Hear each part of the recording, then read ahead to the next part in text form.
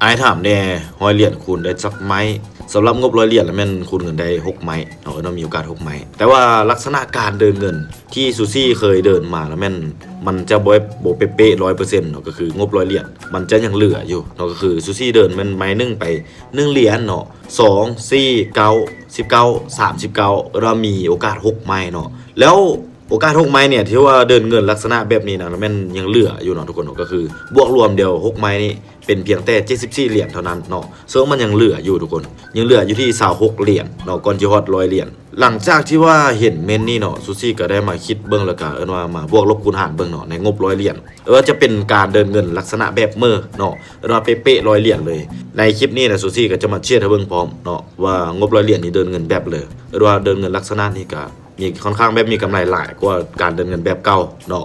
การเดินเงินแบบเก่านี่มันอาศัยแบบมีหลายไม้เท่านั้นเนาะถ้าว่าจะมีงบ100เหรียญจะเดินเงินแบบนี้เนาะก็คือถ้าว่ามีกายนี่เนาะก็คือมีงบ153เหรียญจะเพิ่มโอกาสอีกไม้นึงก็คือมีโอกาส7ไม้จะต้องกลับไปเดินเงินแบบเก่านั่นก็คือเดินเงิน1 2 4 9 19 39ไม้ที่7ก็79เนาะมีงบ153เหรียญแล้วมันมีโอกาส7ไม้แต่ถ้าว่าเจ้ามีงบ100เหรียญลงมาเนาะ100เหรียญลงมาเจ้าต้องเดินเงินแบบนี้เนาะไม้นึงเจ้าต้องไป1เหรียญเนาะก็คือชื่อไว้ถ้าว่าเจ้ามีงบ100เหรียญพันเหรียญก็อย่าถ้าเจ้าจีเดินเงินแบบคูณเงินสไตล์ซูซี่แล้วมันหมายเลขต้องไป1เหรียญเนาะเพราะว่ามันจะมีโอกาสในการแก้มือในการหักล้างหลายขึ้นเนาะก็คือแน่นอนถ้าว่าเจ้ามีโอกาสนะแก้มือได้หลายเท่าเลยมันให้ได้เปรียบเท่านั้นมันให้ดีเท่านั้นในการเจ็ดเด้อทุกคนเด้อก็คือไม้แรกเนาะไป1เหรียญถ้าพลาดไป2เหรียญถ้าพลาดเดไป5เหรียญเนาะถ้าพลาดอีกเดก็ไป12เหรียญแล้วถ้าพลาดอีกเดก็ไป25เหรียญแล้วถ้าพลาดอีกก็จะไป55เหรียญก็คือเป็นไม้ออินไม้สุดท้ายของงบ100เหรียญนั่นเองทุกคนซึ่งการเดินเงินลักษณะแบบนี้มีกำไรค่อนข้างจะสูงเนาะเดี๋ยวซูซี่จะมาเช็ดให้เบิ่งเลยเด้อ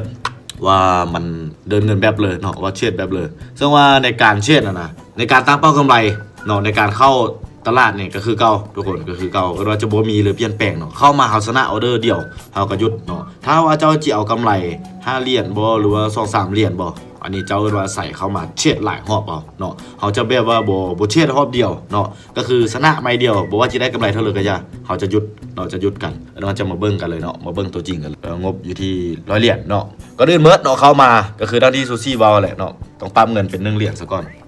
ปั๊มเงินเป็น1เหรียญซะก่อนบ่ฟาวไปเบิ่งอันอื่นเนาะหลังจากที่ปั๊มเงินแล้วเขาก็ต้องมาเลือกเบิ่งเหรียญเนาะสกุลเหรียญที่ว่าจะเช็ดอันนี้จะเป็นทองคำเนาะทองคำกาค่อนข้างแบบโอเคอยู่แล้วในการเช็ดนะซูซี่ก็จะบ่ได้วิเคราะห์หรือวุ่นวายทุกคนเพียงแต่ว่าเขาจะวิเคราะห์ตอนออเดอร์แรกเนาะทุกคนเนาะเพราะว่าออเดอร์แรกมันสำคัญเสมอเนาะดังที่ซูซี่ว่าไว้ก็คือเขามีโอกาสน้อยนะทุกคนออเดอร์แรกแล้วมันเป็นอะไรที่แบบค่อนข้างสำคัญถ้าเขาวินออเดอร์แรกได้แล้วมันแห้งดีนะทุกคนเนาะมันจะบ่เสี่ยงให้เขาแบบคูณเงินอยู่นี่นะเขาจะบ่คูณเงินจะบ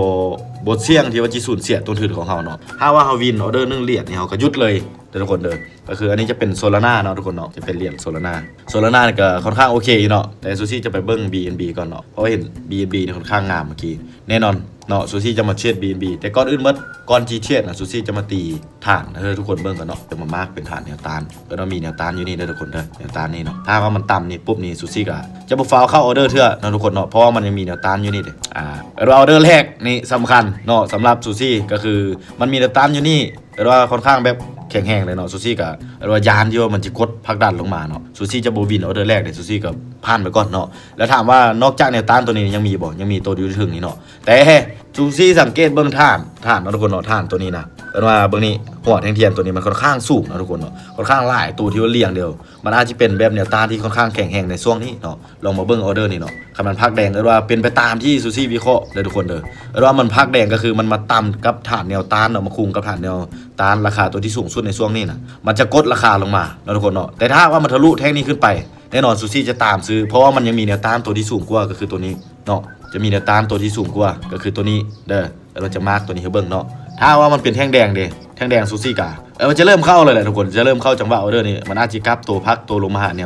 วฮับนะทุกคนเนาะเป็นแท่งแดงแล้วซูซี่ก็กดออกออเดอร์ไปแล้ว1เหรียญเนาะกดเซลกดตามมาเลยทุกคนเนาะวิเคราะห์เลยโบวุ่นวายเนาะก็คือเขาวิเคราะห์แต่ออเดอร์แรกเท่านั้นแต่หลังเลือจากนี้นะหลังจากที่เขาเข้าออเดอร์ปุ๊บเขาจะเชื่อตามที่นี่ของเขาก็คือตามแท่งเทียนเนาะถ้ามันเป็นแท่งแดงเขาก็กดขายทุกคนเป็นแท่งเขียวเขาก็กดตามซื้อขึ้นไปเนาะอันนี้เขาอาศัยหักล้างอาศัยคูณเงินเอาเนาะว่ามันอาจิโบวินออเดอร์แรกเสมอไปทุกคนแต่เขาอาศัยหักล้าง นาะก็คือคูณเงินเอาโอเคออเดอร์แรกเมื่อกี้ซูซี่พลาดไปเนาะทุกคนเนาะก็คือยังเป็นแท่งเขียวน้อยๆนึงเนาะเป็นว่ายังบ่สัวเถอะเดี๋ยวเราจะย้ายแนวต้านลงมาหาตัวที่แบบมันพักดันราคาเมื่อกี้เนาะแล้ววันนี้มันมีการพักดันราคาลงมาเนาะเดี๋ยวซูซี่จะปั๊มเงินซะก่อนเนาะก็คือออเดอร์ที่2จะไป2เหรียญเนาะเขาพลาดเมื่อกี้นี่หลังจากที่มันลากลงมายาวในนี้มันมีแนวฮับอยู่นี่กับแทนเนาะแต่ว่าเมื่อกี้เขาได้เข้าออเดอร์แล้วเนาะคันมันเป็นแดงๆเขาก็ต้องตามขายแล้วล่ะทุกคนเนาะโอเคตามขายลงไปเป็นว่าขายไป2เหรียญเนาะแล้วเขาก็จะมามาร์กแนวฮับทุกคนมามาร์กแนวฮับ